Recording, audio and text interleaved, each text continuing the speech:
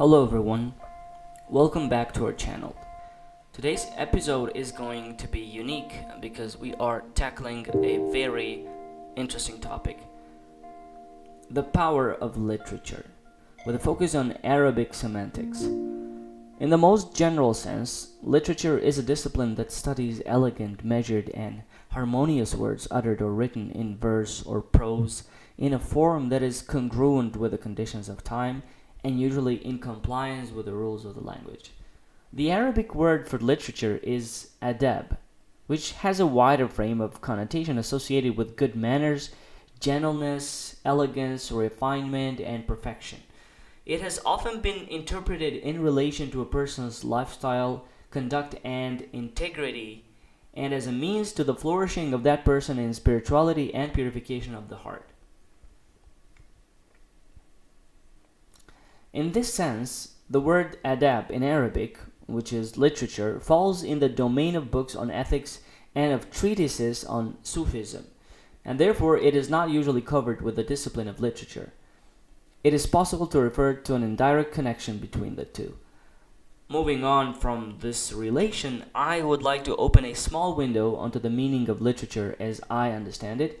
However, I must first beg that my readers and my listeners pardon my humble statements on a subject that is in fact beyond my ability, and since I'm not specialized in this field, I'm going to give my humble opinion, and that they judge this essay not only on how it stands, but for the good intentions with which it was written or it's being spoken.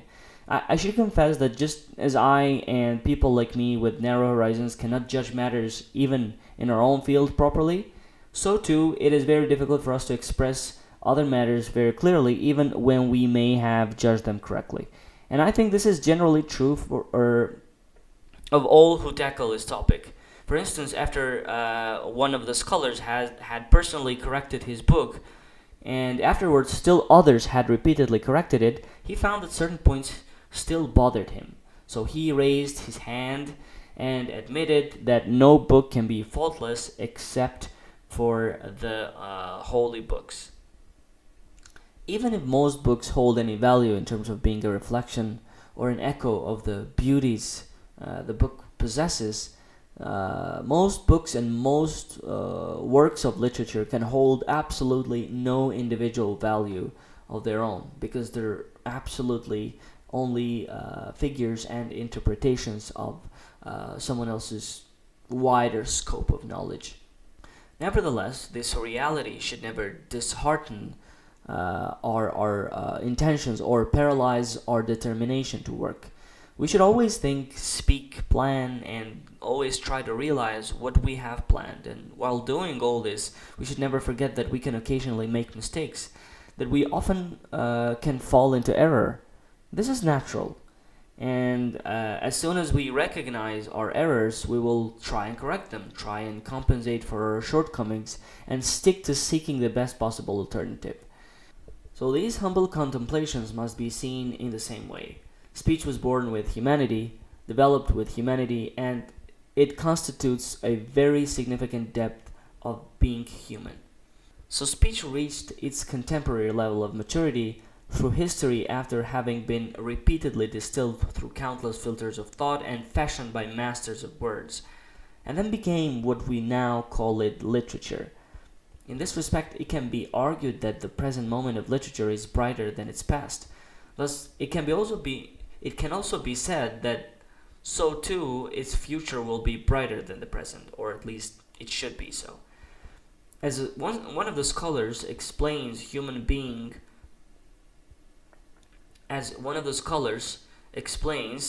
and says that human beings will eventually turn completely toward knowledge, so that they will derive their power from knowledge. As a result, the ultimate say will pass into the hands of knowledge. At the stage when knowledge shows such a level of development, the command of language and eloquence reaching its peak will outweigh all other values. Possibly, in such a period, in order to make others accept their ideas, people will use language as a weapon. They will also try to penetrate hearts through their facility with language and conquer souls with the charm of literature. Except hearts are going to try and penetrate their minds through the facility of this language.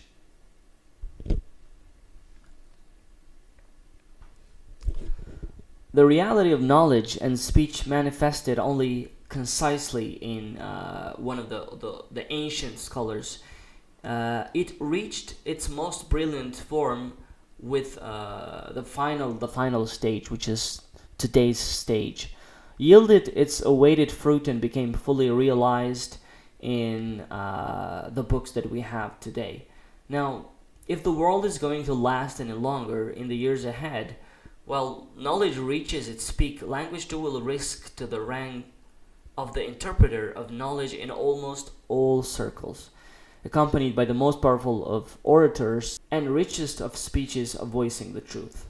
The power of expression, which is always nourished and develops in the bosom of need and necessity, will flourish in this environment for one last time. Make its voice heard as powerfully as it can will be its greatest goal. If you will, you could also say that this will be the reliving of the age of the golden ages, frankly, in its most mature state, an age where love of truth and love of knowledge, where zeal to understand and the passion to explain, where human values and their appreciation will live alongside one another. Incidentally, I would like to underline one point. Future architects of thought and masters of language should do whatever they can to protect and honor the power of expression, for it has fallen into the incapable hands of people like us. They should untie its tongue so that it can voice our own worlds of thoughts. Otherwise, it is obvious that we will keep on hearing the cawing and crows where we expect to hear the singing of nightingales. We will not be able to be free of the distress of thorns on the way to roses. The power of speech and refinement of eloquence have always developed, found its proper consistency, and came to maturity in the realm of literature and under the tutelage of literature. However, it is also very important that we understand, or we are supposed to understand, when literary thought or literature is mentioned. Human beings have always expressed their feelings, thoughts, and inspirations of their heart through cinema, theater, and symbolic painting, along with oral or written literature. When the subject extends beyond spoken or written language, naturally gesture, facial expression, sounds, and other means replace words and sentences. Even so, they have never been able to truly substitute for speech and writing. The most reliable way for people to preserve their literature and make it flourish in its own framework and fertile ground is to put it into a written form. This turns it into a common source to which individuals may refer to at any time. It allows it to become as widely accessible as possible, paving the way for it to become the national style of an entire society. The nation's shared property. It thus becomes a field of exposition for future generations, an exhibition ground of verbal excellence, and a trust to the common conscience, guarded by national memory and perpetuating its own origin. In this respect, we have always sought literature in the magical world of written or spoken words, and always realized our acquaintance and encounters with it among the pages of books and magazines. Whatever style is adopted in recounting a given subject, whether the work produced is approached with an artistic concern or expressed in a plain style, whether a small select audience is targeted or large crowds are addressed, when literature is mentioned, what comes first to mind is the written word. It doesn't make any difference whether the subject of a piece of literature is religion, an idea, philosophy, or doctrine. Literature is one of the most important ways that humans can transfer the accumulation of knowledge they have gained through history from one generation to another. Through literature, they can sense all the depths and richness of yesterday in the present. They see the past and present as two dimensions of reality and savor the future in its relative depth. Furthermore, most people and communities should firstly be faithful to their heritage and refer to it frequently as much as they embrace universal human values, which are called modern or modernization. They should emphasize the essence of their common conscience and take it as an essential constituent. They should use this heritage as the canvas for the embroidery in which they depict their literary feelings and understanding of art, so that they do not destroy the spirit of their own literature and are not constrained solely to foreign borrowings. If they use their own sources and weave their own cultural values on their own loom, there does not seem to be an obstacle to their progress. And they can walk to the universality carrying the interpretations of their own time. Educated people should place the main source of belief, cultural heritage, and memory of universal values in the center of their lives. Thus, after having secured themselves from deviation, people should strive to establish connections with this outside world. Remaining indifferent to others' values restrict what is normally broad and universal is an obstruction to growth, causing agony for the living and failing to understand, and also falling from the degree of being envied to a state of envying others. The condition of third world countries today presents so many living examples of that. These countries always go through a period of standstill in their literature, sometimes due to customs, sometimes because of the influence of local understanding, which can be empathized to a certain extent, but not all of it. Approaching literature liberally to a large degree ceased due to excessive reactions. Some very important sources of inspiration were dried up, and efforts to enrich literature were perceived as fantasy and subsequently dismissed. Moreover, the field of literature was further narrowed at certain times by favoring a region or dialect at the expense of other varieties of the language. The branches with potential to develop were cut off, and the roots were removed by prohibiting the field of literature from being plowed. Thus, in such countries, the development of a language that may have been more representative of the wider society was prevented, and instead a dialect on the margins had been preferred over others, and as a result their literature was reduced to the voice of a small minority rather than becoming a respectable representative of literature in the world. This can also be called surrendering the oblivion. In fact, what becomes dormant stops growing, and what is not open to developing withers. Whatever is static then topples over, and that which does not give fruit dies. This is not limited to literature. It is true for almost every subject, from science to thought, from art to philosophy, and so on. Nevertheless, literature does not simply mean playing on words with written or spoken language skills and producing phrases people will like. It means making the art of expression lovable with the dimensions of eloquence and clarity. It is the water and air of feeding, adorning, and enriching daily language with the cleanest, purest, most lovable, and lasting material. And it is a treasure which increases with use.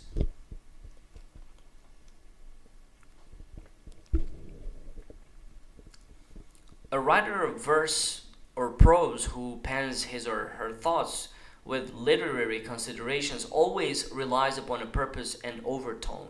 Using a rich vocabulary, harmonious statements, and a grand style, writers activate words, long and short, aiming for excellence of expression. While moving towards this aim, writers place all the words or sentences they have picked and fitted in their places in such a way that they all sound out like notes serving to support the general theme of the tune they play.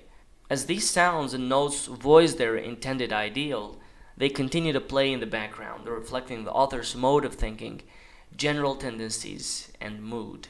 In a lyric verse produced by a master of expression, the words feel as if they are filled with that person's excitement.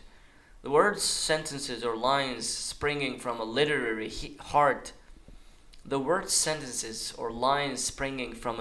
heart kindled with epic feelings ring in our ears like the march of a glorious army. All the words in a masterfully written drama resonate in the depths of our soul and almost bring life to the story therein. A literary person is able to think very differently and reach different judgments. Writers always pursue quality and strive to leave future generations a legacy they will gladly inherit and respect. Actually, like literary language, daily language also has its own kind of beauty, ease, allure, and naturalness that entices pure pleasure. However, literary language is poetic, musical, and constructs a pleasing whole in harmony with the meanings it holds. It is superior in linguistic utilization, taste, and refinement in the way that demonstrates coherence within the text as a whole and cohesion between words and sentences, let alone feeling and savoring these. It is sometimes very difficult for people who lack the attitude to even understand them. All that notwithstanding, it is not correct to regard literary style as a language of an upper class or an aristocratic group. On the contrary, even if they cannot penetrate as far as the secondary meanings and connotations suggested by the composition, people of every level should somehow be able to understand, and they should be able to benefit from that source, even if only in a limited way. So, in time, they will be elevated to a level where they can express their feelings and thoughts more comfortably and gain greater language skills through the expression of their knowledge. In the meantime, they will consolidate what they already know of language, enrich it by making suitable contributions as far as they can, and add new depths to their horizon of thought. No matter at what level, the language almost all of us speak today, which has quietly settled in our memories through generations, is to a great extent the fruit of master poets and writers, concerted efforts that have been adopted by our souls.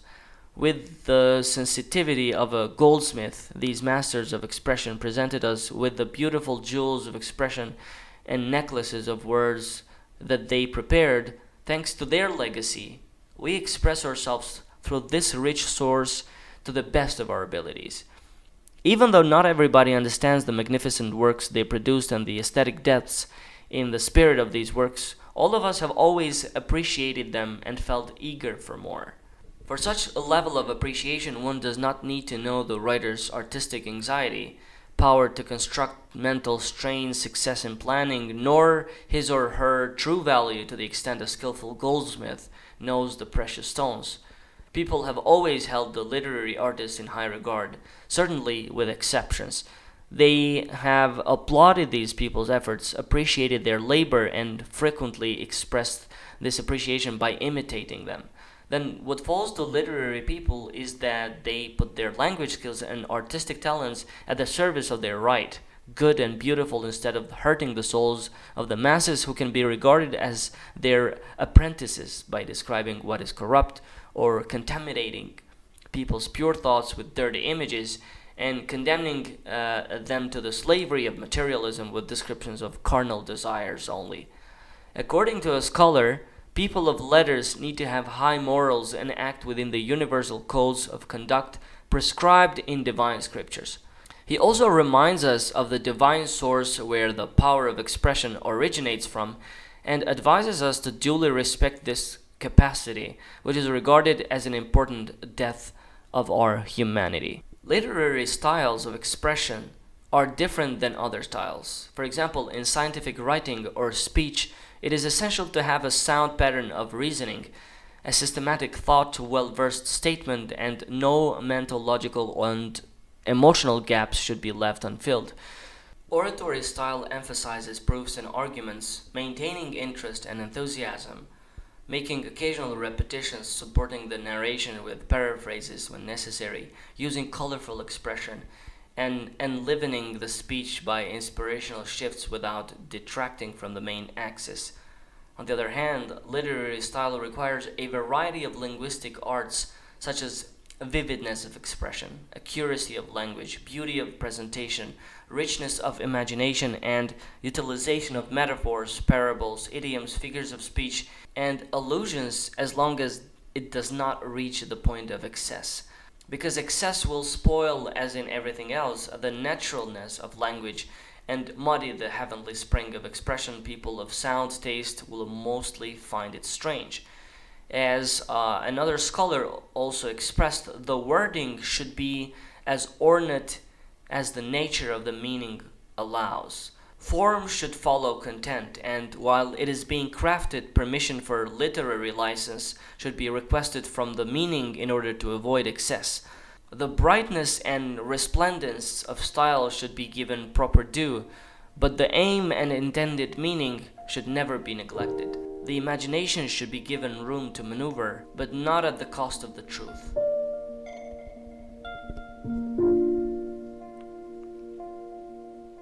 Thank you for listening to our podcast.